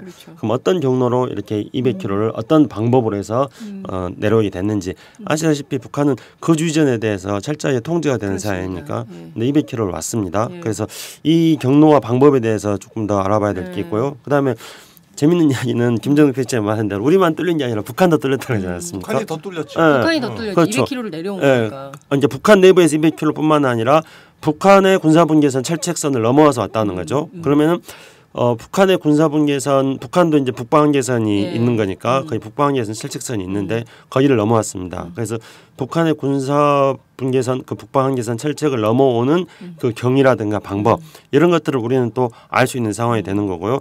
또 다른 한편으로는 이제 군사분계선 이제 DMZ 안에는 이제 대인지뢰가 매설돼 있고 또 철책선도 있고 그러는데 이 단순하게 이 수풀이 우거져 가지고 그래서 무사히 이렇게 남쪽으로 내려올 수 있는가 아니면은 어떤 정보와 지식이 있어가지고 그러니까 후방에서 근무하고 있는 북한의 병사였습니다만은 이 북한의 후방 근무하는 병사도 이 DMZ 내부에 대한 어떤 대인지뢰 매설 상황이라든가 이런 거에 대한 어떤 정보와 지식을 가지고 사전에 계획해서 넘어오게 됐는지 아무튼 이러한 그 경로와 방법에 대해서 좀 철저하게 파악할 필요는 있다 생각합니다. 지난주 저희가 인권의 정치 시간에 요 얘기 잠깐 했었는데요. 그때 이제 김광진 의원이 정보위기도 하고 국방위잖아요. 근데 자기는 도무지 이해할 수가 없다. 대인지뢰를 어떻게 피해서 왔을까? 그걸 피하기 굉장히 어려울 텐데 그걸 피해왔다는 게 되게 놀랍다라고 했더니 임태훈 군인권센터 소장이 토끼길이 있다는 거예요. 토끼길을 타고 왔을 것이다. 여기서 자 김종대 군사평론가 군사 전문가의 진단. 이번 사건이 이제 특이한 점이 바로 그거예요. 다른 그 기순 사건은 그런 의문이 없었어요. 도로 따라왔거든요. 22사는 남북 철도 도로가 연결된 그 지역이기 때문에 이정표가 확실했습니다. 그다음에 도라산역으로 넘어온 건 아예 도로로 내려온 겁니다. 또 그 강화도에 그 한번 그 무렵 2년 전에 귀순한 적이 있었는데 그건 헤엄치면 바로예요. 그 교동으로 넘어왔거든요. 다 남북 관계가 근접돼 있는 데서 이렇게 내려왔지 지금처럼 지형이 험준하고 별다른 이정표가 없는 데서 이렇게 넘어온 거는 근래 참 보기 드문 이 사건 하나였다고 저는 생각해요. 그런데 어쨌든지 간에 성공했다는 건 북한이 특수부대 침투하는 그 방식을 거의 그대로 준용하지 않았으면 저거 불가능한 겁니다. 완전히 성공적인 그러니까 이거 귀순이라 그렇지 침투 작전이라고 보면 대단히 성공적인 거예요. 모든 장애물을 북한 우선 장애물 돌파가 제일 어려웠을 겁니다. 북한 장애물 돌파가 제일 어려웠을 거고 그 다음에 남측으로 온 거는 그 북한 장애물을 돌파한 순간은 그렇게 어렵지 않았을 거예요. 우리 GOP까지 와서 놓고 한 것도 아니라고. 그 DMZ 안에 있는 GP 앞에서 자기 존재를 알린 거거든요. 그리고 밤이라는 것이 또 대단히 중요해요. 낮에 쓰면 눈에 띄면 이건 총격이 오고 갑니다. 총살 당할 수가 있어요. 그렇습니다. 그런 면에서 상당히 그 잘 준비된 어떤 그 기순이라고 봐야 되겠고 이런 것들은 어떤 본인이 직접 DMZ 내부 사정을 모른다 할지라도 등문을 통해서 탐문을 통해 가지고 거기가 어떤 데인지 어느 정도는 사실 감을 잡고 왔다고 저는 볼 수밖에 없어요. 그 19살짜리가 어떻게 그렇게 전략적으로 다 알고 왔지? 아니 그러니까 반은 운이 좋았던 것일 거고 또 하나는 이제 철저히 탐색하면서 매우 신중하게 길을 찾아내는 것이죠. 되게 똘똘한 병사였나? 전 그렇게 봐요. 네. 그래서 그 부분에 대해서 우리가 확인할 필요가 있습니다. 네. 그러니까 정말 운이었는지 아니면은 본인이 사전에 어떤 정보가 있어가지고 온 건지 네. 아니면은 정말 현장에서 네. 본인의 탁월한 능력으로 이 DMZ를 돌파했는지 이걸 봐야 되는데요. 네. 여기서 우리가 이제 이 화천 지역 같은 경우에는 DMZ 중에서 남북으로 구간이 굉장히 짧은 지역에 속합니다. 그러니까 보통 우리가 정전협정에 따르면은 군사 분계선이 있고 네. 남에서 북쪽으로 이 155마일 군사 분계선 있지 않습니까? 이 군사 분계선 북쪽으로 2km, 남쪽으로 2km 해가지고 북방 항해선과 남방 항해선은 4km예요. 그 4km가 이제 DMZ인 거죠. 비무장지대인 겁니다. 그런데 어느 순간부터 이게 짧아지기 시작했어요. 그래서 북한이 북방 철책을 남쪽으로 남하기 시작하고 우리도 또 철책을 또 올라가고 네. 그렇게 해서 저희 이제 농담으로 제가 그런 이야기 한 적이 있었습니다. 좋다 이렇게 해가지고 북한은 내려오고 우리는 올라가고 해야죠. 만나자 그런 거 아니냐 이랬는데요. 네. 아무튼 이제 이렇게 해가지고 철책이 거리가 가장 짧은 곳 중에 한 곳입니다. 저는 이제 제가 알기로는 그렇죠. 가장 짧은 곳이 500m로 알고 있거든요. 네. 원래 4km여야 되는데. 아 진짜요? 예, 근데 이번에 이제 화천에 넘어온 곳은 제가 좀 찾아보니까 남북으로 각각 500m씩 1km 정도 되더라고요. 그러니까 우리가 이제 정상적인 그 남북 각각 2km씩 4km의 거리가 아니라는 겁니다. 500m씩 이제 1km이기 때문에 훨씬 더 DMZ 남북 거리가 좁아진 구역으로 이 병사가 지금 넘어온 걸로 보여집니다. 북한군 병사가 내려오면은 단순 북한 이탈 주민이랑 다르게 정보 당국에서 조사나 신문 수준이 엄청나게 높을 것 같은데 혹시 그거에 대해서는 좀 정보가 있나요? 아무래도 이제 적대 세력 아닙니까, 그죠? 야, 이건 민간인이 아니잖아요. 그럴 경우에 이제 국정원이나 군이 합심조를 구성해가지고 강도 높은 조사를 하죠. 그런데 민간인 탈북자도 전에 간첩 조작하는 거 보니까 뭐 국정원에서 감금해가지고 막 30일, 40일, 6개월 뭐 아이고 그런 거 보면은 이제 별 차이도 없어졌어 사실은. 예, 그래가지고 뭡니까 간첩 많이 만들어냈잖아요. 그러니까 이 19살 이 병사가 들어오긴 들어왔는데 이 합심조에서 조사받으면서 사건이 또 어떻게 재구성될지 우리는 몰라. 몰라. 그러니까 이제 이런 거를 자꾸 불필요하게 정치적으로 뭐 합동신문을 통해 가지고 어떤 결과를 만들어내려고 하면 안 된다고 봅니다. 근데 네. 이번 사건 같은 경우는 지금 김정일 PD님 이야기했던 것처럼 다른 경우와는 다른 사건이기 때문에 우리가 좀 철저하게 조사를 해볼 필요가 있다는 겁니다. 그것이 이제 안보적인 측면에서도 우리에게 도움이 되는 거죠. 그러니까 아까 말씀드린 것처럼 대체 어떤 경위를 통해 가지고 어떤 경로를 통해서 어떤 방법으로 지금 왔는지 이 부분을 일단은 철저하게 확인해 보는 게 필요하다고 생각합니다. 그리고 두 번째로는 이제 그 탈출의 어떤 동기가 뭐였는지 이제 구타했다 그러는데 어쨌든 제가 좀 더 면밀한 조사를 통해 가지고 북한 군의 내부 상황 같은 것도 이 기회를 통해서 파악할 수 있기 때문에 무슨 기존의 민간인 탈북자들에 대해서 뭐 간첩 조작하고 이런 방식으로 정치적으로 활용하려는 것은 철저하게 배제해야 되겠죠. 네. 근데 말씀하신 대로 그 노무현 정부, 김대중 정부 때는 남북 교류가 활성화되어 있으니까 이 병사에 관련된 것도 서로 정보 교류가 민간 라인에서 또 뭐 이랬다더라 이러면서 이제 얘기가 종합이 돼서 추론이 가능한데 지금은 꽉 막혀 있으니까 도대체 알 수가 없어요. 근데 이런 것들이 좀 교류 활성화가 되면 다양한 경로로 그러니까 어떤 측면에서 보냐면 북한군 내부가 굉장히 좀 위험한 좀 관리가 잘 안 되고 있는 이런 건 아닌가라는 추론도 가능하지 않나라는 생각도 좀 드는데. 그러니까 남북 한 군데가 다 피로에 쪄들어 있다고 저는 봐요. 피로에? 예. 아주 극한 피로증에 시달리는 거죠. 우리 지금 군대도 솔직히 저게 전쟁할 수 있는 군대입니까? 까놓고 얘기해서 난 못한다고 봐요. 저게 유치원 생활관에 CCTV 설치해서 그 간부들 유치원 보모돼 가지고 보호자 집단이지 저게 무슨 뭐 그것도 그래도 적응 안 되면 관심병사 생기고 이제 전쟁하기는 다 틀렸어. 그리고 북한군이라고 해서 다릅니까? 이젠 거기도 신세대예요. 나이 19살에 체구도 작잖아. 저 어린 애들이 무슨 전쟁을 한다고. 그 앉아가지고 그 대군을 유지하는 남북한이 다 대군 대병력 이 대병주의 사고에 젖어가지고 사람 깔아서 이렇게 오랜 기간 긴장시키고 대치를 해나다 보니까 이제 피로에 쩔은 거예요. 그다음에 이렇게 대처하고 있는 가운데 내가 전방에서 얘기 듣기로는 우리야 뭐 누가 넘어오면 다 문책당하니까 그래도 애들 들들 볶아서 경계 내보내잖아요. 북한군 다 잔대. 다 잔대.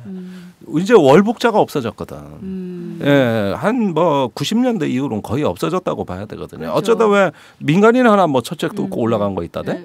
꼭 보십시오. 저거 북한군은 그걸 자랑스럽게 뭐 확성기 방송에 내보내지만 우리 저 지휘관들 다 잘렸잖아 그것 때문에. 그 왜 참여정부 때 철책이 뚫린 거야. 이게 뚫고 내려온 건지 뚫고 올라간 건지 구멍이 나 있는데 알 수가 없는 거야. 나중에 국방장관이 하도 답답해서 저 국방과학연구소에 수학자를 동원해서 뚫고 올라갔을 확률과 내려왔을 확률을 좀 통계학적으로 좀 해줄 수 없냐 이렇게까지 얘기했던 아주 답답한 진짜예요? 사건이에요. 예. 정말? 그런데 얼마 후에 북한이 대남 방송으로 내보내서 밝혀진 거죠. 그것도 한 건이 있었던 게 아니에요. 한 건은 저기 철책이 뚫린 걸 왜 뚫렸는지도 모르고 해당 부대에서 쉬쉬하다가 나중에 민간인이 방송에 나와서 이렇게 뚫고 올라왔다 그러니까 뒤늦게 조사해보니 맞거든.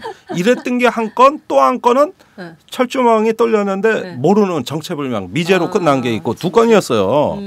그런데 저기 그 민간인이 뭐 이제 사업에 부도나고 뭐 하니까 그 부대 근무하던 예비역이 잘 알거든. 그러니까 밤중에 그 린치 가져가가지고 철조망 싹둑싹둑 잘라버리고 고리로 쏙 넘어간 거야. 가능하다니까 이게 다 되는 얘기라고.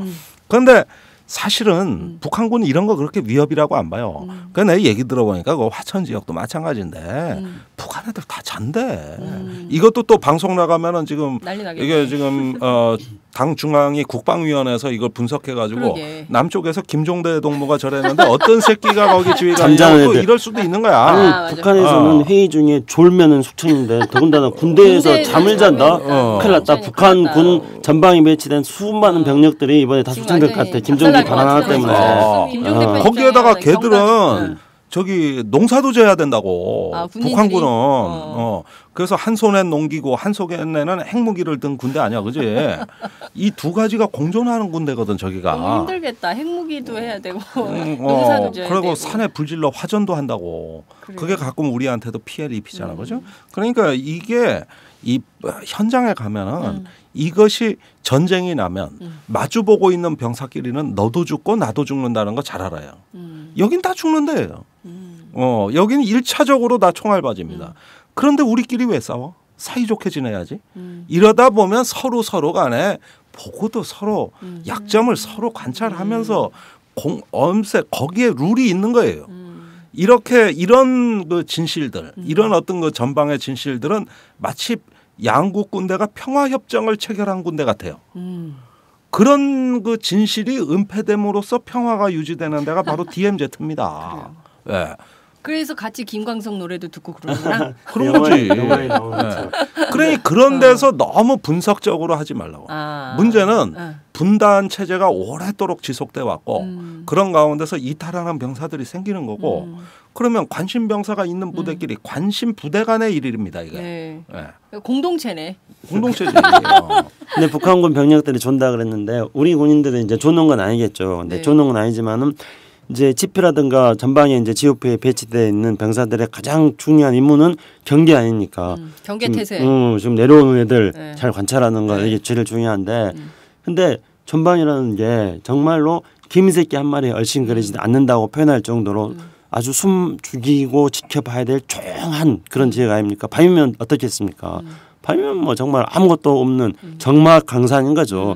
근데 그게 한 달이고 두 달이고 세 달이고 계속 반복된다 해봅시다. 그러면은 당연히 거기에 대한 어떤 긴장감이라든가 이런 거는 이완될 수밖에 없는 거죠. 그러니까 지금 우리가 쭉 이야기를 해보면은 북한이 귀순한 것, 그러니까 DMZ를 통해 가지고 귀순한 거는 지금 2012년에 노크 귀순 하고 나서 처음이잖아요. 그럼 이제 3년 만이죠. 그럼 3년 동안에 그런 일이 없었다는 거예요. 3년 동안에 그런 일 없었기 때문에 3년 동안에 그 적막 강산 속에서 경계를 하고 있는 병사들의 입장에서 본다면은 긴장이 이완될 수도 있는 거죠. 북한군은 졸고 있고 그리고 넘어오는 사람은 없고 그랬을 때 이것을 경계하는 우리 병사들 역시 긴장감이 조금 이완될 수도 있는 그런 어떤 상황적인 요인들도 우리가 네. 고려할 필요가 있다고 그러니까 봅니다. 개를 투입하자니까. 그러니까요. 자, 이 북한군 병사 우리들도 관심이 가네요. 그러니까 이 병사의 얘기는 합동신문 결과가 나오면 그때 조금 더 자세하게 얘기를 좀 해보도록 하고요.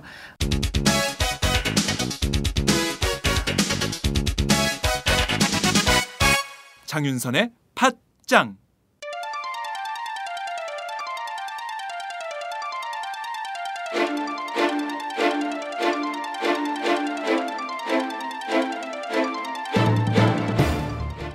세 번째 뉴스 들어보겠습니다.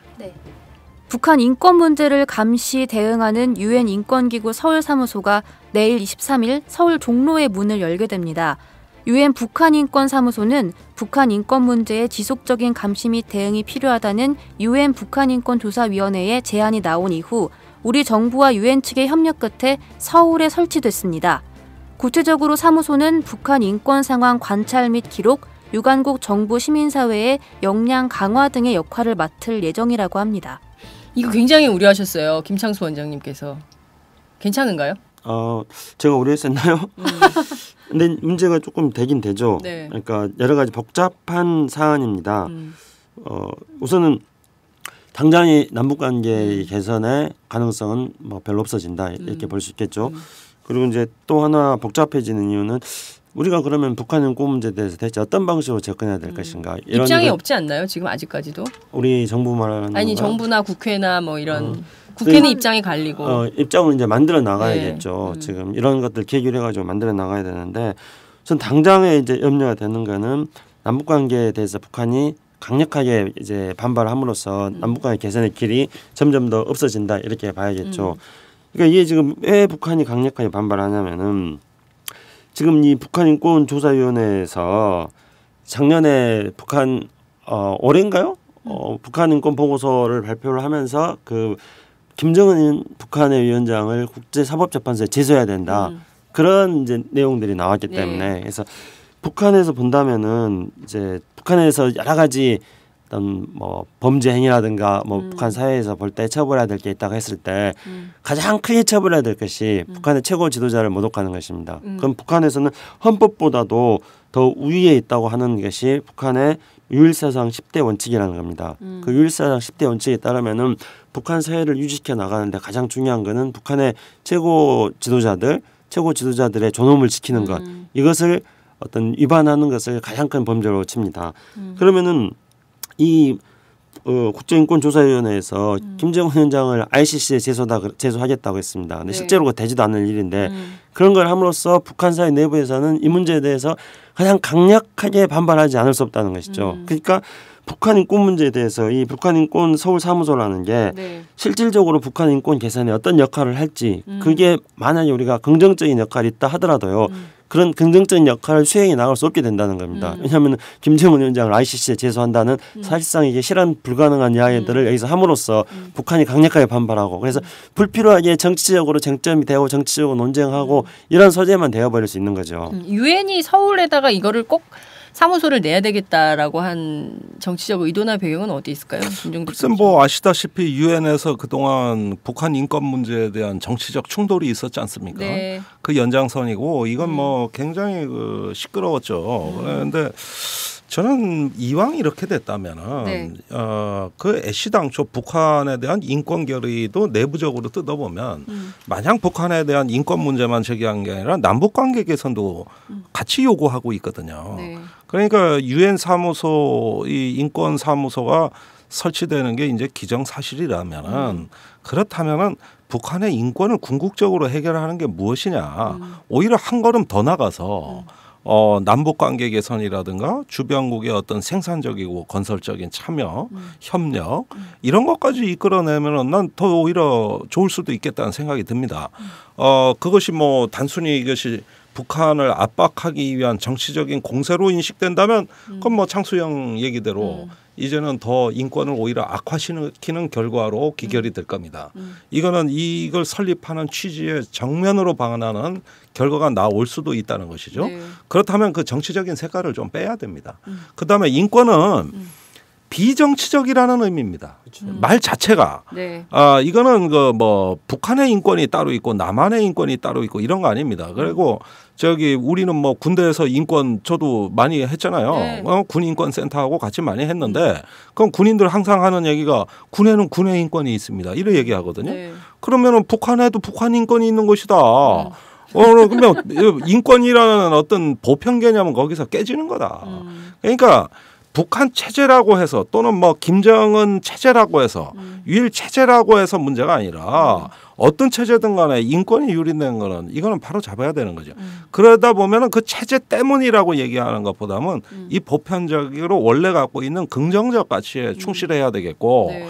그런 것들을 해결하는 방법은 정치적으로 북한을 무슨 정권 교체 즉 레짐 체인지를 한다는 방법도 뭐 일각에선 얘기합니다만은 사실은 그것보다는 궁극적으로는 조화로운 공생 공존의 관계 위해서 북한 주민의 자유권, 생명권, 인권 이런 것들이 종합적으로 증진될 수 있는 거 아닙니까?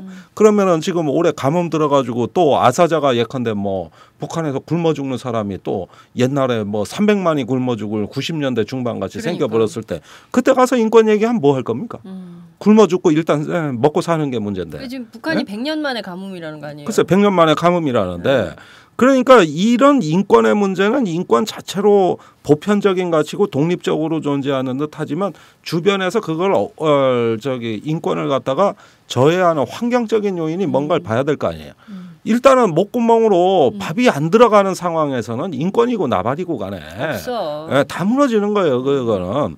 그리고 정치적인 요인도 물론 있겠죠. 그러나 어떤 자유와 생존과 어떤 인간의 가치라는 것들 이런 것들이 이제 궁극적으로 실현되는데 우리가 도움 줄 것은 없는가 이렇게 생각하면은 결과로 말해야 된다고 저는 봐요. 결과로. 인권이라는 가치 때문에 무슨 짓을 해도 다 된다.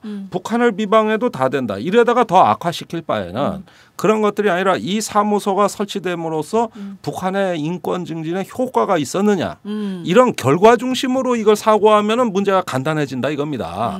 맨날 무슨 취지다 무슨 관점이다 이렇게 우리 생각만 갖고 해봤자 결과가 안 나올 바에는 굉장히 중요한 결과 위주로 접근하면 될 거 아니냐 이게. 효과를 내야죠. 예, 좋은 북한 인권 지적입니다. 개선에. 예, 그래서 이제 북한 인권 서울 사무소가 뭐 굳이 서울에 설치된 거는 북한하고 가까이 있고 그리고 탈북자들도 많이 있고 그래서 인권 문제에 대한 현장성을 얻기에 유리하다 이런 판단이 내렸을 거라고 생각합니다. 근데 어쨌든 앞서 말씀드린 것처럼 북한은 강력하게 반발하겠죠. 이미 이제 그런 걸 예고했습니다. 어차피 박근혜 정부 하에서 남북관계 개선에 대해서는 뭐 기대할 거 별로 없지 않습니까? 그래서 뭐 설상가상으로 이 문제까지 이제 겹쳐져 가지고 남북관계는 계속 악화될 거라고 생각합니다. 근데 이제 김중립 편집장 지금 지적하신 대로 그렇다면 조금 결과론적으로 또 단계적으로 접근해야 될 필요가 있다고 봅니다. 우선은 서울 사무소 설치한 거는 유엔에서 설치한 거기 때문에 우리가 이걸 막을 방법은 없고 뭐 또 그렇다 해서 설치를 취소해라 뭐 이렇게 할 수도 없는 거 아니겠습니까? 그리고 단기적으로는 북한이 굉장히 강력하게 이제 반발할 것이고요. 그래서 초반에는 여러 가지 우여곡절을 겪을 수 있을 거라고 생각합니다. 그런데 이제 중기적으로는 생산적인 결과를 내릴 수 있도록 이 북한 인권 서울 사무소가 안착되는 게 필요하다고 생각합니다. 그렇게 하려면은 제가 볼 때는 가장 먼저 해야 될 거는 첫 번째로 해야 될 거는 정치적으로 접근해서는 절대로 안 된다는 겁니다. 인권은 정치적으로 접근하는 순간 그것은 인권이 아닙니다. 이거를 명심해야 된다고 생각하고요. 그리고 이제 김정일 편집장 말씀하신 대로 인권의 보편성이 문제입니다. 당연히 인권은 보편성이 있는 거죠. 지구상에 존재하는 모든 사람들이라면 똑같이 천부 인권적인 그런 권리를 가지고 있습니다. 북한 사람들한테도 인권이 있는 것이고 군인한테도 인권이 있는 것이고 장애인한테도 인권이 있는 것이고 남한 사람들한테도 인권이 있는 것입니다.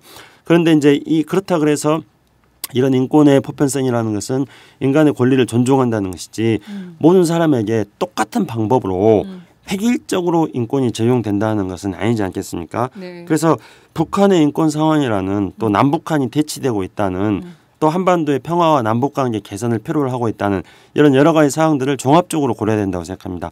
획일적으로 접근할 것이 아니라 이런 여러 가지 사항들을 종합적이고 포괄적으로 접근한다면은 인권서울사무소가 몇 년 후에 지금 당장은 여러 가지 논란이 될 것입니다만은 네. 몇 년 후에는 김정일 패치장 말대로 결과적으로 남북관계 개선과 한반도 평화 정착과 그리고 북한 인권 개선에 긍정적인 결과를 낼 수 있도록 노력하는 그런 결과론적으로 접근하는 것은 굉장히 의미가 있다 그렇게 생각합니다. 당장 이제 내일 사무소가 이제 열게 되는데 제네바 주재 북한 대표부에서 이런 입장이 나왔어요. 이것은 인권의 정치화에 불과하다. 그러니까 결과적으로는 이제 정치 쟁점이 돼서 북한 그 최고 지도부를 비난하고 이런 대로 악용될 거 아니냐라는 우려를 북한은 하고 있는 건데 그럼에도 그건 불구하고 우려가 되죠. 사실 이걸 보십시오.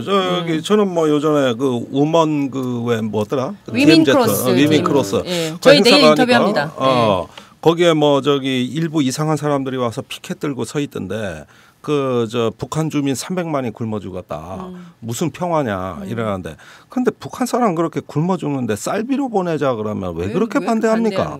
예. 그렇다면 지금 북한의 인권이 그렇게 소중하고 생명권이 위협받는다면 당장 쌀비로부터 보내고 볼 일 아닙니까? 예, 정치 체제가 하루아침에 안 바뀔 거라면 내일 당장 북한을 뭐 해방시키지 못할 바에라면 안 되는 얘기 자꾸 삐라로 날려보내는 것보다는 우선은 분유라도 영유아 이유식이라도 그렇죠. 아니면 의약품이라도 쌀비로라도 먼저 보내면 될 거 아니에요. 그렇게 하면서 포용을 하면서 정치 얘기는 정치대 얘기대로 다른 라인에서 하면 되는 것이고 근데 두 가지 다 하는 사람들이라고 정치적인 건 마구마구 얘기하면서 쌀비로는 보내면 안 된다는 얘기예요. 그러면 이게 인권적인 관점이라고 할 수 있는 겁니까? 그런 연장선에서 이번에 그 유엔 인권사무소가 서울에 개소가 된다 그러면 이 부분이 북한의 인권을 증진하는 실질적인 조치와 아무런 관련 없이 다분히 선언적이고 정치적으로 흘러갈 위험성이 충분히 있는 겁니다. 이런 것들을 우리가 실질적이고 생산적으로 전환시키자는 얘기지. 지금 북한의 주민들 걱정, 자기들 뭐 이런 유엔 사무소 만드시는 분들이 걱정을 한다는 얘기인데 아니 그분들이 지금까지 그럼 북한의 저 주민들 죽어갈 때 뭘 했냐고. 한 거 없잖아요. 오히려 옛날에 쌀비로 보내주고 한 건 진보 정권 아닙니까? 최초로 그걸 사회운동화한 건 한겨레 신문사 아닙니까? 그런 걸 종북주의자들이 한 거라고 욕하고 계셨잖아요. 지금까지. 그러니까 그 사이에 지금도 굶어 죽고 있어요. 사실은. 그러면은 정치로 모든 걸 바꾸겠다고 하는 발상은 정치적인 발상이지 그때까지 시간적인 여유가 없습니다. 미안하지만. 난 사실 그 19살 병사 배고파서 왔나 이런 생각을 살짝 했었어요. 뭐 그럴 수도 있죠. 근데 전 좀 다른 우려가 드는 게 아니 그 서울에 생기는 거잖아요. 그리고 북한의 입장이 뭐 이게 생기면은 뭐 무자비하게 징벌하겠다라고 했죠. 라고 얘기를 했는데 뭐 맨날 군사 분계선에서 뭐 일 생기면은 이렇게 협박하는 거야 의례적이지만 서울 종로에 사무소 생겨서 뭐 이렇게 징벌하겠다는 얘기를 하니까 혹시 뭐 위험한 테러? 장소가 이렇게 되진 않을까 그 생각이 좀 들더라고요. 역시 이 젊은 세대는 종로에서 술 먹고 있는데 갑자기 테러 터지고 이러는 거 아닐까 이런 걱정하는 거죠. 아니 그런데 그 옆에 저기 종로에서 광화문 쪽으로 가면 조선일보가 있거든. 그 길 건너에 동아일보 청사가 또 있거든. 미국 대사관도 거기 있잖아. 미국 대사관이 거기 있고 일본 대사관도 있고. 대사관도 있고. 그러니까 더 위험한 데가 득실득실하기 때문에 이 정도는 아직 명함도 못 내밀어. 이거 갖고는 수십 년간 그 저기 북한에 찍힌 데가 한두 군데가 아니에요. 그러면 그 종로에서 안심하고 박승희 기자 술 먹어도 돼요? 술 먹어도 돼. 내가 사줄게. 아니, 저는 한 가지 더 궁금한 게 왜 이렇게 북한은 뭐 남한에 어떤 일이 그러니까 자신들에게 좀 기분이 나쁘거나 뭐 불리하거나 그런 일이 생길 때 성명을 내면은 왜 이렇게 말을 험하게 쓰죠? 그거야. 몇십 년 북한 전문가 김창수 원장님. 우리나라 속담이 있습니다. 어떤 속담이냐면은 짖는 개는 물지 않는다. 그런 말이 있습니다. 그러니까 북한이 그렇게 하는 거는 다른 수단을 사용할 수 있는 게 많지가 않지 않습니까? 북한이 사용할 수 있는 수단이 뭐가 있습니까? 그러니까 말로 떠드는 거예요. 그래서 이제 가령 우리가 북한하고 남한하고 뭐 교류가 많이 되고 그래서 한국이 만약에 북한의 어떤 지하 자원이라든가 여러 가지에 만약에 우리가 의존하고 있다 생각한다면은 북한은 그런 수단을 가지고 남한을 압박하려고 하겠죠. 근데 북한이 남한을 압박할 수 있는 수단이 별로 없습니다. 그렇기 때문에 말을 세게 하는 거고요. 그래서 이제 이런 거를 공갈포라고 하지 않습니까? 이런 공갈 잘못 이야기하면은 정치적으로 좀 힘들어질 수도 있는데 네. 어쨌든 북한이 심판원에 제소되셨어. 북한이 공갈 치고 있는 거는 분명합니다. 네. 그런데 이제 또 북한이 이렇게 공갈을 험하게 하는 거는 그는 이제 북한 체제 자체가 국제적인 표준화된 것과 좀 맞지 않는 국제적인 표준화된 과정에서 이탈된 체제이기 때문에 그런 거죠. 그러니까 우리는 예를 들어서요, 같은 말을 하더라도 아다르고 어다르다 그렇게 하면서 이왕이면은 멋있게 표현하고 이런 게 중요하지 않습니까? 왜냐하면 그거는 우리의 어떤 여러 가지 다원화된 사회관계 속에서 나와 이해관계가 다른 집단하고 많이 만나야 되기 때문에 나와 이해관계가 다른 집단에게 나를 설득하기 위해서는 이왕이면은 부드럽고 좋은 말을 사용하는 이런 기술들이 많이 발달해 있는 거죠. 특히 이제 미국 같은 나라는 그런 기술들이 굉장히 많이 발달돼 있습니다.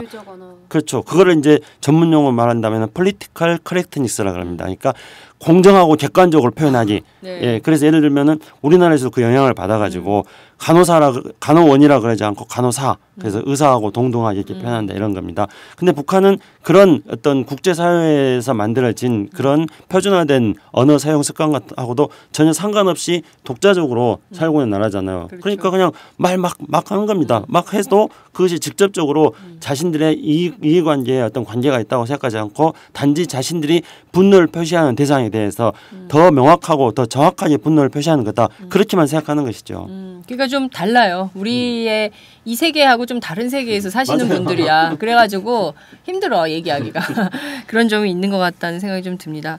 아, 오늘도 여전히 세 가지, 지난주에 이어서 세 가지 이슈에 대해서 얘기해 봤습니다. 어떠셨어요? 재밌으셨어요? 아니 뭐 항상 재밌지 뭐 여기 항상 오면 재밌죠. 뭐 아, 근데 뺑덕어멈 있는데 뭐. 뺑덕어멈? 그만해. 아, 근데 제가 깜짝 놀랐어요. 지난주에. 좋아요가 김종대와 김창수 파워를 실감을 했네. 나는 아직 배고파. 아직 이거 갖고 안 돼. 이거밖에 안, 이거 갖고 안 되고. 660개인데? 제가 한 말씀 드리죠. 네. 저기 이렇게 무료로 방송이 나가잖아요. 그죠? 우리 뭐 먹고 살아야 돼? 솔직히 말해서. 손가락 빨아야 돼. 손가락 빨아야 돼. 그렇다고 해서 우리가 다른 거 요구 안 해, 내가. 저기 최소한 이 방송 들으면서 한 번 이상 웃으셨으면은 손가락 좀 놀리세요. 그래가지고 한 번 팍팍 찍어. 그래. 한 사람이 몇 번 찍어도 돼. 이렇게 좀 인심 좀 쓰고 삽시다 우리. 그 뭐 이런 거 어렵다고. 그리고 저기 한 1000개 일단 넘기고 보자고. 다음 주 1000개. 야, 김종대, 김창수, 종창 브라더스 1000개 찍다. 뉴스 써야 되겠다, 기사. 1000개 될 것 같아요. 네? 1000개 될 것 같아요? 김종대 위력 신비하고 놀라워.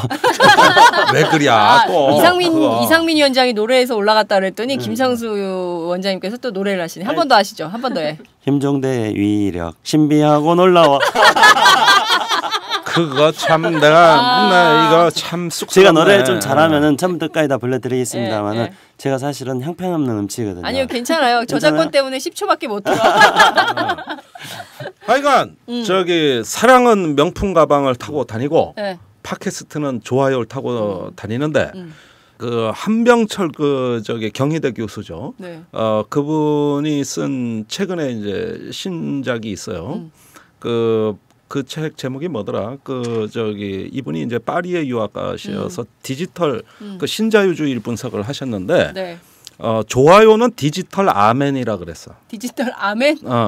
디지털 네트워크에서 무언가 지지 표시를 아멘을 외치는 게 바로 좋아요 누르는 거라고 얘기를 하셨어요. 네.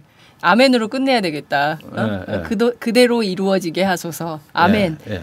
가만히 있자. 좋아요. 그 책 제목이 뭐더라? 여러분들 저 한번 찾아서 한번 댓글로 올려주세요. 그 책 제목 찾아서 댓글로 올려주시고요. 저는 진행자로서 한 말씀 더 당부드리고 싶어요. 너무 종착만 눌러. 골고루 눌러주세요. 다른 것들하고 너무 차이가 나니 양극화. 좋아요 양극화 현상이 너무 심하게 나타나고 아니, 있어요. 일단 이거부터 올려놓고. 종착부터 1000개 근데 찍고. 이제 과연 이 말이 이게 바로 이제 낙수 효과라는 거잖아요. 김정은 기자의 말에 여기를 먼저 올려놓으면은 그 다음에 이제 다른 것으로 물이 떨어질 거다. 과연 이게 낙수 효과가 맞는 건지 한번 지켜봅시다 한번. 경제에서 영어로 트리클 다운이라고 그래. 트리클 다운. 자, 그 장윤선의 팟짱의 트리클 다운을 기대하면서 오늘 방송 마무리하도록 하겠습니다. 감사합니다. 감사합니다.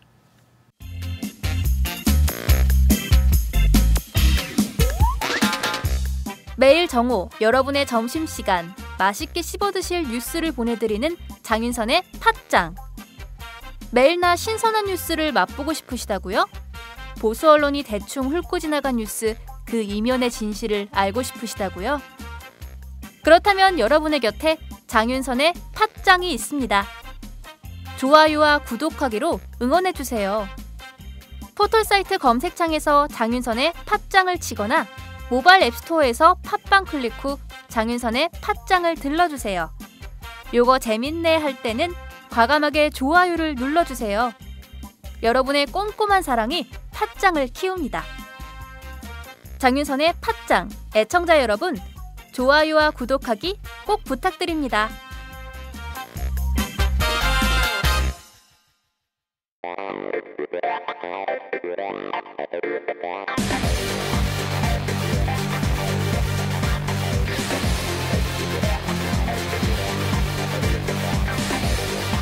정보가 있는 시사 토크쇼 장윤선의 팟짱.